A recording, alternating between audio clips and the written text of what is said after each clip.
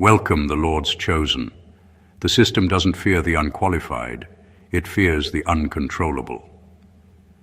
That single truth explains more than most success stories ever will. Because behind every polished resume, every framed certificate, and every carefully rehearsed expert, there's an unspoken rule at work. Power is only rewarded when it's predictable, and when someone shows up sharp, effective, and impossible to trace back to a school, a mentor, or a program, the room goes quiet. Not impressed quiet, nervous quiet. Here's a fact most people never hear out loud. The majority of leadership pipelines are designed to reduce variance, not produce excellence.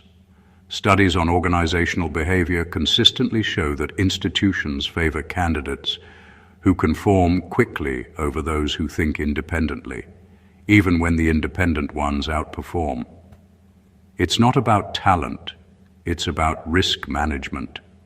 You don't get promoted for being exceptional, you get promoted for being safe. Now imagine someone walking into that environment who wasn't trained, wasn't polished, and wasn't programmed. No official endorsements, no borrowed authority, just results, presence, and a way of seeing things that doesn't come from manuals. That's not inspiring to a system. That's a liability with legs. This is where the confusion starts. Someone in a suit leans back, squints a little, and asks the question they weren't prepared to ask. Who trained them? Not out of curiosity, out of self-protection. Because if nobody trained you, then nobody controls you. And if nobody controls you, then all the rules they rely on suddenly feel optional. There's a bit of dark humor in it too. The same system that ignored you, stalled you, or quietly pushed you aside is now trying to figure out how you got this far without their stamp of approval. It's like watching a security guard panic because someone walked in without a badge and still knows exactly where everything is. This isn't a story about rebellion or ego. It's about what happens when pressure becomes the teacher, when correction replaces instruction, and when real life does the training no institution wants to take responsibility for. And once you understand that, the question stops being who trained them and becomes something far more uncomfortable for everyone else in the room. Number one, they weren't trained because no institution could afford the liability. Nobody likes to admit this, but institutions don't train people to become powerful. They train people to become predictable. The moment someone shows signs of independent thinking, sharp intuition, or an unwillingness to follow scripts, they become a risk, not because they are wrong, but because they cannot be managed. Systems survive on repeatable outcomes. They invest in people who can be shaped, copied, and scaled. You couldn't be. From early on, you didn't absorb ideas the way others did. You examined them. You pushed back, not out of rebellion, but because something didn't sit right. That alone puts a target on you. Training programs, mentorships, and hierarchies are built with guardrails. They assume obedience before mastery. You skipped that step, and in doing so, you became expensive. One wrong move from someone like you doesn't just break rules, it exposes weak ones. There's also the issue of blame. Institutions like clean lines of responsibility. If they train you, they own your success and your failure. But someone who thinks independently, acts decisively, and questions authority can't be neatly claimed. If you succeed, you outgrow them. If you fail, you embarrass them. Either way, you're a liability. So you were left alone, not ignored, not forgotten, quietly excluded. Opportunities that seemed meant for you stalled for no clear reason. Doors closed without explanation. People sensed your potential but didn't know where to place you. You didn't fit the mold, and creating a new one was too much risk. What replaced formal training was pressure. Real-world consequences became your instructor. You learned fast because you had to. No safety nets meant every choice mattered. While others were being guided, you were being tested. That kind of development doesn't come with certificates or applause, but it produces something rare: judgment. When someone in a suit asks who trained you, what they're really asking is which system can take credit. And the answer makes them uneasy. Because the truth is you were shaped outside their control, and that's the one thing they never know how to handle. Number 2, their growth came from correction, not instruction. They weren't handed lessons on how to navigate life, relationships, or power. They weren't guided through a curated curriculum designed to protect feelings or pad egos. Every insight, every skill, every ounce of judgment was earned through correction. Not the gentle, polite kind that comes with applause or encouragement, but the brutal, relentless kind that leaves scars, forces reflection, and demands adaptation. Life itself became the teacher, and the syllabus was unforgiving. When someone grows through instruction, they learn how to follow steps, how to anticipate outcomes, and how to mimic success. That creates competence, but it rarely creates mastery. They, on the other hand, had to learn the hard way. Each failure was a lesson, each setback a tutor. Mistakes weren't just tolerated, they were unavoidable, and they often came with consequences that tested everything about them. Over time, that repetition rewired their approach to challenges. They didn't just learn what works, they learned what doesn't, and why. Correction is personal, immediate, and immersive. It doesn't allow excuses or shortcuts. It exposes weakness in real time and forces the development of resilience and strategy simultaneously. That kind of learning builds instinct, not just knowledge. It produces intuition that feels natural because it has been repeatedly forged under pressure. It teaches patience because you quickly realize that rushing leads to correction, and correction comes with a cost you can't ignore. They also learned accountability in a way no mentor or handbook could enforce. When no one is there to soften the blow or sugarcoat reality, you own your choices completely. Every misstep, every misjudgment, every miscalculation becomes an internalized lesson, something no external trainer could replicate. That's the kind of growth that sticks, the kind that can't be undone by opinion, popularity, or circumstance. In the end, this form of development creates people who aren't just capable. They are aware, precise, and unshakable. They don't depend on guidance or approval. They have been corrected so many times, and in so many unforgiving ways, that they no longer fear challenge. They anticipate it, and they rise because they know correction is merely a signal pointing toward mastery. Number 3, they developed judgment before technique. Most people spend years learning how to do things before they learn why or when to do them. They memorize processes, follow instructions, and perfect techniques.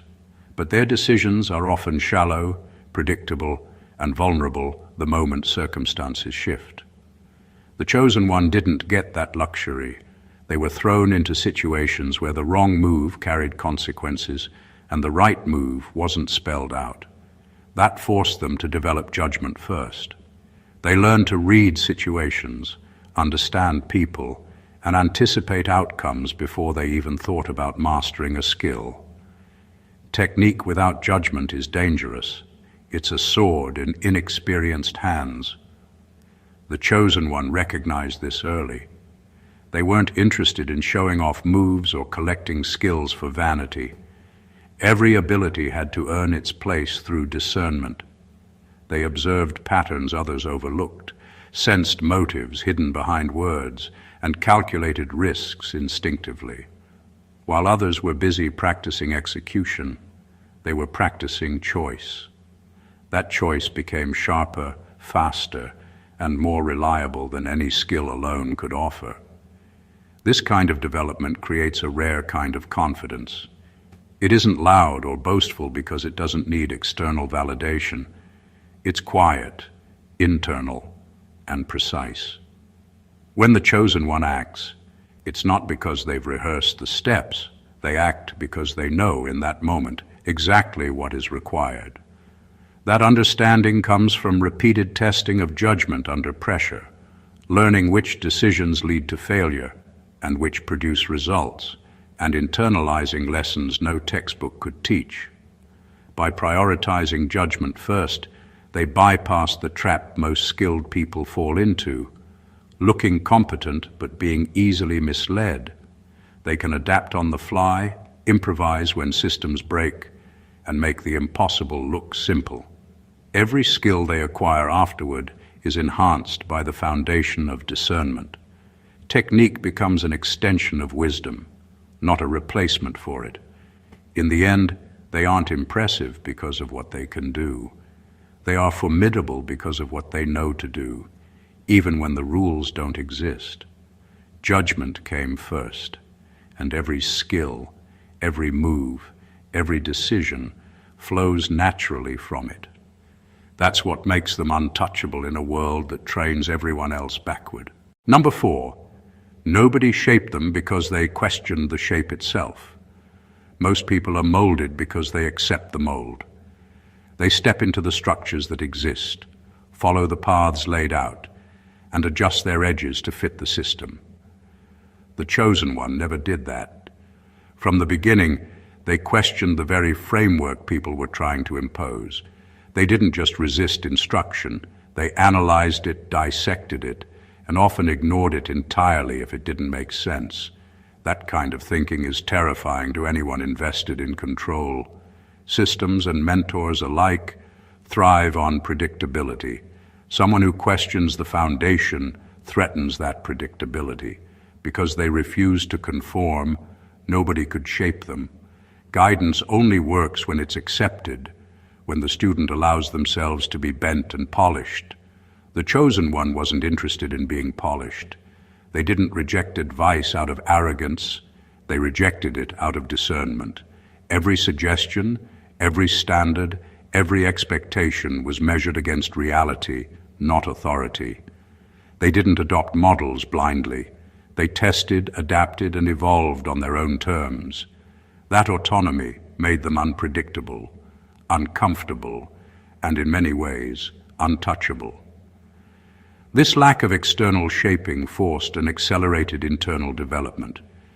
They had to define their own principles, create their own standards, and navigate consequences without the safety net of a mentor or system. While others were learning to follow instructions, they were learning to interpret life itself, to see the rules that mattered and discard the ones that didn't. That independence became a strength. It created clarity of purpose, decisiveness under pressure, and a perspective that outsiders can rarely grasp. By questioning the shape itself, they became more than skilled. They became original. Their actions, decisions, and strategies aren't copies of someone else's teaching. They are solutions born from reality, refined by instinct, and tested by consequences. That's why they can move through spaces and leave an impact without ever having been trained. Their uniqueness isn't accidental. It's the direct result of refusing to be shaped by anyone else. In a world that molds the majority, questioning the mold becomes the ultimate power. Number 5, they became self-reliant too early, and it rewired them. Most people learn dependence first. They rely on mentors, systems, and networks to guide decisions, protect them from mistakes, and soften the consequences of failure. The chosen one never had that luxury. From early on, they were forced to handle situations alone, make decisions without safety nets, and bear the full weight of their choices. That kind of early self-reliance doesn't just teach responsibility. It rewires the way you think, act, and perceive the world. Being forced to stand on your own creates a kind of clarity most people never experience. There's no room for excuses or procrastination because no one else is going to fix your mistakes. You learn to trust your own judgment because there's no alternative. Every decision, every success, and every failure belongs entirely to you. That ownership produces a level of confidence that can't be borrowed, faked, or taught. It becomes instinctive. Self-reliance also sharpens resilience in ways that instruction never can. Systems shield, mentors guide, and programs slow down exposure to failure. They cushion the blows, making risk safer. The chosen one faced risk directly, over and over, without intervention. That constant pressure honed their ability to adapt quickly, read situations accurately, and act decisively. Mistakes weren't just learning moments. They were urgent tests that demanded immediate correction, forcing growth at a speed few can imagine. Early independence also cultivates creativity and resourcefulness. When no one is there to provide answers, you must find solutions in real time. You learn to see angles others miss, to improvise under pressure, and to act decisively even when stakes are high. That combination of clarity, resilience, and ingenuity becomes part of your very identity. In the end, self-reliance too early doesn't make life easier, it makes life sharper. It produces people who don't wait for instruction, who don't require validation, and who can navigate chaos with a quiet, unshakable authority. That rewiring doesn't just prepare you for challenges, it makes you someone who challenges systems themselves. The chosen one isn't dependent. They are autonomous, and that autonomy has made them unstoppable. Number 6, their confidence isn't loud because it wasn't borrowed. Most people's confidence is borrowed. They repeat phrases they've heard, mimic attitudes they've observed, and perform skills that someone else taught them. It's visible, often loud, and sometimes impressive at first glance, but fragile under pressure.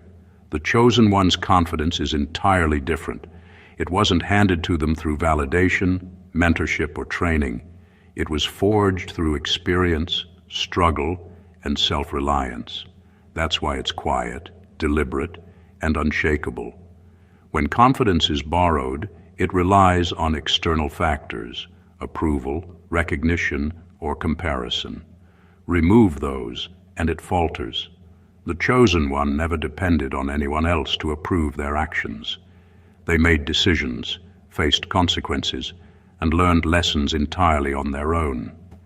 Every success was earned, every failure endured, and every judgment tested. That kind of confidence doesn't need to announce itself. It doesn't crave acknowledgement because it's rooted in truth, not perception. This authenticity creates a subtle power that people often underestimate. Others might mistake their silence for inexperience, their composure for passivity. But that calm exterior is a signal of mastery, not meekness. They don't need to dominate conversations, display accomplishments, or perform bravado. The quiet assurance in their presence communicates more than words ever could. It unsettles people who rely on noise and spectacle to mask insecurity. Confidence built this way also adapts. It's not rigid or performative.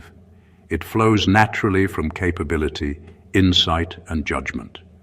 When challenges arise, it doesn't waver because it isn't dependent on recognition. It's reinforced by lived truth.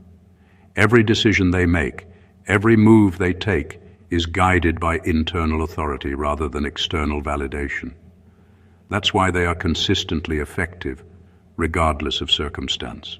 In the end, their confidence isn't loud because it doesn't need to be. It wasn't borrowed, it wasn't taught, and it isn't fragile. It exists independently, unshakable, precise, and entirely authentic. It's the kind of confidence that commands respect silently, unsettles the unprepared, and moves through the world untouched by doubt. That is what makes them incomparable to anyone who has only learned to project power instead of living it. Number 7, they learn by failing in public, not practicing in private. Most people are taught in controlled environments. They rehearse, practice, and prepare in safe spaces where mistakes are hidden and consequences are minimal. The chosen one had no such luxury. Every misstep was visible, every error had immediate impact, and every failure was public. That exposure wasn't a punishment. It was education. Learning under pressure, with eyes on them and stakes high, created a type of resilience and clarity that private practice could never achieve. Failing in public forces rapid adaptation. There's no time to rationalize, excuse, or delay. You confront the mistake, understand it, and correct it in real time. Over time, this builds a sharp instinct for anticipating outcomes, reading situations, and making decisions that work under scrutiny. While others spent years perfecting moves behind closed doors, the chosen one honed their judgment in the arena of reality. Every setback became a tool, every miscalculation a lesson that couldn't be ignored or postponed. This process also develops a kind of fearless composure. Most people fear failure because it threatens reputation, comfort, or position. The chosen one learned early that public failure is temporary, but competence gained from it is permanent. The pressure of visibility forces accountability, accelerates learning, and cultivates a level of precision few can match. It teaches humility without eroding confidence, because lessons are internalized rather than theorized. Learning this way produces people who act decisively under scrutiny. They don't second-guess themselves when stakes are high because they've been tested in the worst possible conditions repeatedly. Public mistakes became proof of capability, not weakness. They understand that performance isn't about perfection. It's about responding intelligently when imperfection is unavoidable. In the end, this kind of education separates the ordinary from the exceptional. Private practice can teach skill, but public correction builds instinct, composure, and authority. The chosen one isn't impressive because they avoided failure. They are formidable because they transformed every public misstep into a stepping stone, and they carry that wisdom silently, with the confidence of someone who has been tempered by reality itself. Number 8. They don't fit hierarchies because they grew outside them. Most people are groomed to climb ladders, follow steps, and earn approval in predictable increments. Systems are designed to reward conformity, measured progress, and obedience. The chosen one never fit into that framework. They weren't shaped to move from one level to the next. They moved on their own terms. Growing outside the hierarchy rewired their understanding of power, authority, and influence. They didn't seek permission or validation. They created space where none existed. Hierarchies exist to manage risk, maintain order, and ensure predictability. Someone who bypasses that structure becomes unsettling. The chosen one's authority isn't granted by rank or title. It's recognized because of ability, presence, and insight. They've learned to operate without a ladder, without endorsements, and without someone else defining what their next step should be. That independence is disorienting to those who depend on formal progression.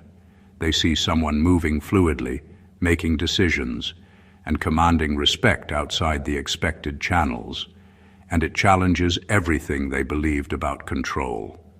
Operating outside hierarchies also forces innovation. When you can't rely on systems or chains of command, you learn to solve problems directly, adapt quickly, and anticipate obstacles before they even appear. There's no one to approve your methods or correct your path. Success and failure are immediate, unfiltered, and entirely your responsibility. That experience develops a kind of strategic agility most people never achieve because they're too busy following protocols. This independence also creates a quiet authority. They don't need to broadcast rank or credentials because their presence alone signals capability. They can move in environments designed to reward compliance and still command respect because their value is inherent, not assigned. That makes them dangerous to traditional structures and nearly impossible to predict. In the end, growing outside hierarchies doesn't make life easier. It makes influence real and unshakable. The chosen one isn't impressive because they earned a title. They're formidable because they bypassed the title entirely, rewired the rules for themselves, and operate from a space few even recognize. Their authority exists independently of anyone else, and that freedom makes them unstoppable. Number 9, they carry pattern recognition, not rules. Most people are taught to follow rules. They memorize steps, adhere to procedures, and rely on instructions to navigate life. Rules are comforting because they offer certainty, but they're limited. They break when situations change, when conditions shift, or when variables appear that no one accounted for. The chosen one didn't rely on rules. They carry pattern recognition. They see behaviors, repetitions, and tendencies. They notice cause and effect in ways that textbooks, manuals, or instructions can never teach. That ability makes them far more effective than anyone who only knows the rules. Pattern recognition is instinctive. It's understanding that certain actions produce predictable results, that people respond the same way under similar pressures, and that systems reveal weaknesses if observed closely. The chosen one doesn't need to be told what to do because they've already studied the flow of events, consciously or unconsciously. They anticipate outcomes and adjust before anyone else realizes a problem exists. That foresight isn't taught. It's developed through repeated observation, experience, and attention to subtle cues that most ignore. This skill also makes them adaptive. Rules are rigid. Break them, and you risk failure or punishment. Patterns are flexible. Once you recognize them, you can navigate entirely new situations without relying on memorized instructions. The chosen one can move through chaos with a calm precision because they've internalized how systems function, how people behave, and how situations unfold. That knowledge allows them to act decisively, even when the environment is unfamiliar or volatile. Pattern recognition also gives them strategic insight. They can predict behavior, spot opportunities, and identify threats before others even see them. While others scramble to apply rigid rules, they flow effortlessly, using observation and understanding as their guide. That's why their presence feels unsettling to trained experts. They're not following a script, they're improvising with mastery, and they're always one step ahead. In the end, carrying pattern recognition instead of rules makes them autonomous, resilient, and profoundly effective. They don't just survive in complex situations, they dominate them, not by instruction, but by understanding the invisible rhythms that govern every interaction and every outcome. Number 10. They intimidate experts because they ask unteachable questions. Most people are trained to operate within boundaries, to accept frameworks, and to ask questions that have safe, predictable answers. Experts are comfortable with this because it confirms their authority. The chosen one doesn't operate that way. They ask questions that don't have manuals, precedents, or easy answers. Their questions cut to the core of assumptions, reveal hidden flaws, and expose gaps that others never noticed. That's why even the most experienced experts pause, hesitate, or feel unsettled in their presence. These questions aren't about curiosity alone. They're about clarity and insight. They're not asked for show or for approval. Each question is a tool to map reality, to understand systems and people at a level most experts never reach. When the chosen one asks something unteachable, it's not because the answer doesn't exist. It's because the framework around the answer is broken or incomplete. Experts are trained to provide solutions within the confines of their knowledge. The chosen one operates outside those confines, and that alone creates tension. This dynamic also highlights independence. They don't need to rely on expertise to validate their thinking. Instead, they use questions as a means to challenge, refine, and understand.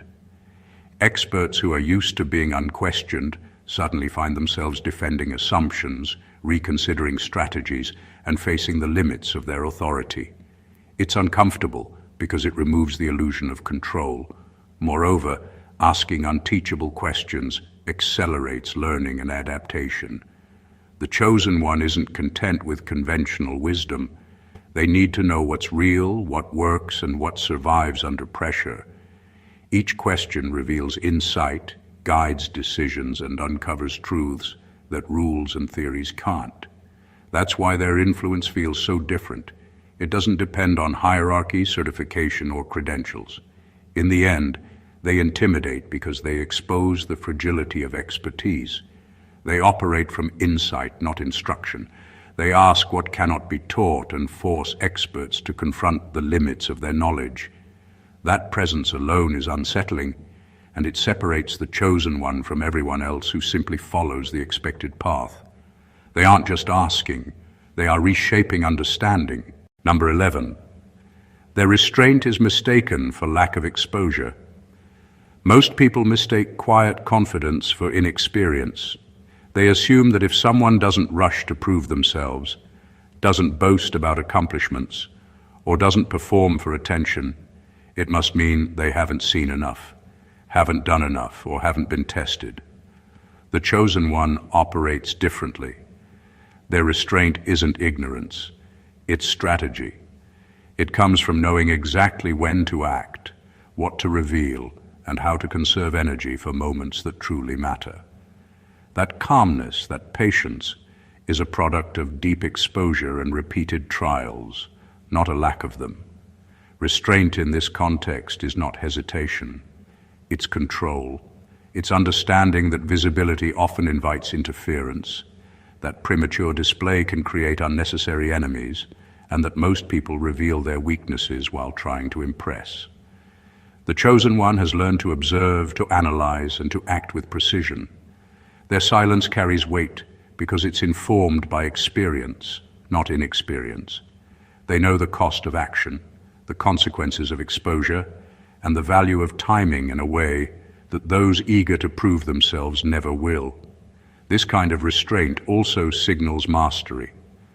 While others scramble to demonstrate skill, knowledge, or power, they operate with calm efficiency.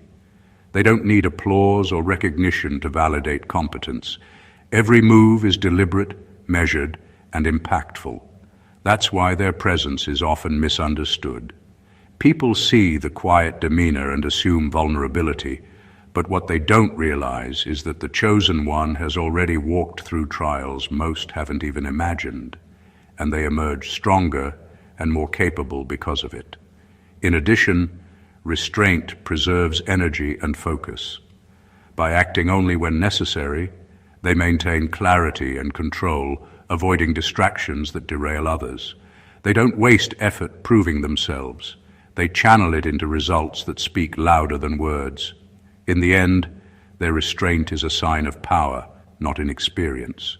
It's a reflection of exposure, wisdom, and understanding. People may misjudge them, underestimate them, or mistake calm for weakness, but the chosen one knows the truth. Silence isn't absence. It's precision, strategy, and unshakable confidence honed through experience. Number 12. They weren't trained because training would have dulled the edge. Training is designed to produce consistency. It standardizes behavior, teaches predictable responses, and smooths out rough edges. Most people crave it because it offers structure, security, and a clear path forward. The chosen one never had that luxury, and in truth, that was the advantage. Formal training would have dulled the very instincts, intuition, and edge that make them formidable. Raw potential thrives in unpredictability, and anything designed to systematize it risks turning instinct into imitation. This is why their effectiveness feels unnatural to others. They don't follow rehearsed formulas or regurgitate learned responses. Every action is original, calculated in real time, and adapted to the moment. If someone had tried to train them, the natural acuity they developed through unfiltered experience would have been compromised. Training would have replaced instinct with protocol, intuition with procedure, and originality with imitation. They avoided this, whether by choice or circumstance, and it allowed their instincts to sharpen rather than be constrained. Being untrained also forces adaptability. When you aren't following a playbook, every scenario demands creative problem solving. The chosen one learns to think independently because there is no manual to rely on. They observe, analyze, and act based on judgment honed through real-world consequences. This method of development produces someone who can pivot fluidly, anticipate outcomes before others, and operate effectively even in chaos. Those shaped by training may know the steps, but they often stumble when situations deviate from the expected.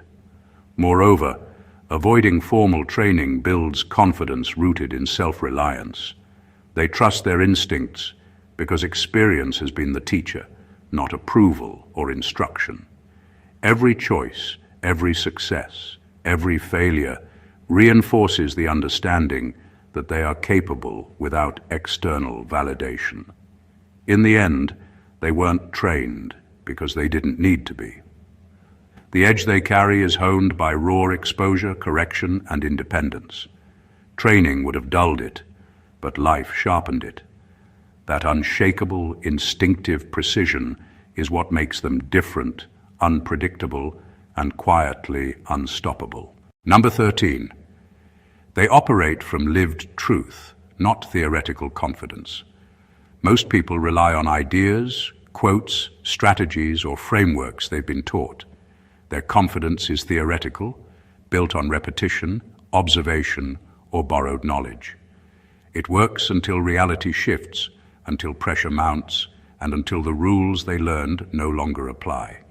The chosen one operates differently. Their confidence is born from lived truth. Every decision, every skill, and every judgment comes from experience that cannot be faked, taught, or borrowed.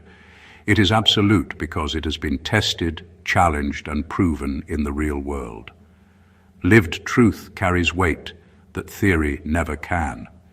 People trained to operate on frameworks may sound convincing, but they crumble when circumstances deviate from the expected. The chosen one doesn't crumble. They've been there. They've faced consequences, endured setbacks, and navigated complexity without a safety net. Every action is grounded in reality, and that reality-based confidence shows in everything they do. It's not performative, and it doesn't require applause. It's quiet, precise, and impossible to ignore. Operating from lived truth also makes them resilient under scrutiny. When theories fail, opinions clash, or plans go wrong, the chosen one doesn't panic or overcompensate. They rely on understanding born from personal experience. That clarity allows them to see patterns others miss, anticipate reactions, and act decisively when hesitation would destroy most people.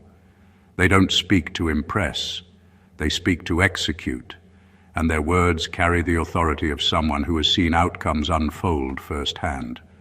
This grounded confidence is also adaptive. They don't cling to outdated ideas or rigid strategies.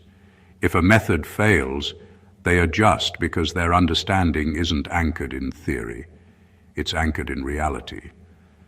That makes them unpredictable, precise, and consistently effective, while others remain bound by what they were taught to believe. In the end, operating from lived truth separates them from everyone else. They aren't impressive because they've memorized steps. They are formidable because their confidence is inseparable from experience. It's unshakable, authentic, and invisible to anyone who hasn't walked the same path. That truth quietly carried is their power. Carried. Number 14. When someone asks who trained them, the answer scares them. Most people look for explanations.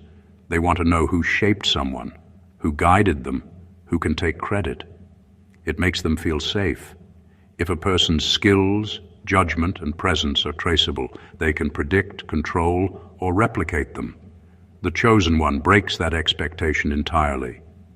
When someone asks who trained them, the answer is simple: and terrifying. Nobody did. No system, no mentor, no manual. They weren't molded, they weren't guided. They were forged through experience, pressure, and necessity, and that makes them uncontrollable. That reality is unsettling because people are wired to fear what they can't understand or categorize. Systems, hierarchies, and experts rely on cause and effect. They expect growth to be linear, influence to be assigned, and authority to be granted. The chosen one doesn't fit those models. They weren't shaped to follow. They weren't instructed to conform. They developed in a vacuum of external control, which means their abilities, instincts, and judgment are entirely their own. That independence makes them unpredictable, and unpredictability terrifies anyone who thrives on certainty. It's also humbling to witness. People who ask that question are forced to confront a truth they rarely acknowledge. Real capability can't always be trained or taught. Influence, precision, and insight sometimes emerge naturally, under conditions too harsh or too unique for instruction to replicate. The chosen one embodies that rare truth. Their authority doesn't come from approval, training, or recognition. It comes from reality itself. Every decision, every action, every calculated move is proof that life, not instruction, was the teacher. When someone realizes this, it unsettles them because it shifts the power dynamic. There is no controlling authority, no mentor to appeal to, no precedent to rely on. The chosen one exists outside their expectations, and that freedom is both intimidating and enviable. It's why questions about training stop abruptly and silence takes over. They weren't trained, and that is exactly what makes them untouchable, unshakable, and unforgettable.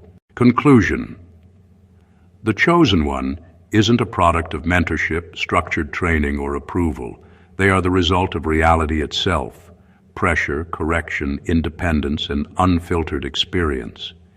Every instinct, every decision, every ounce of confidence comes from navigating challenges with no safety net, no roadmap, and no one to guide them.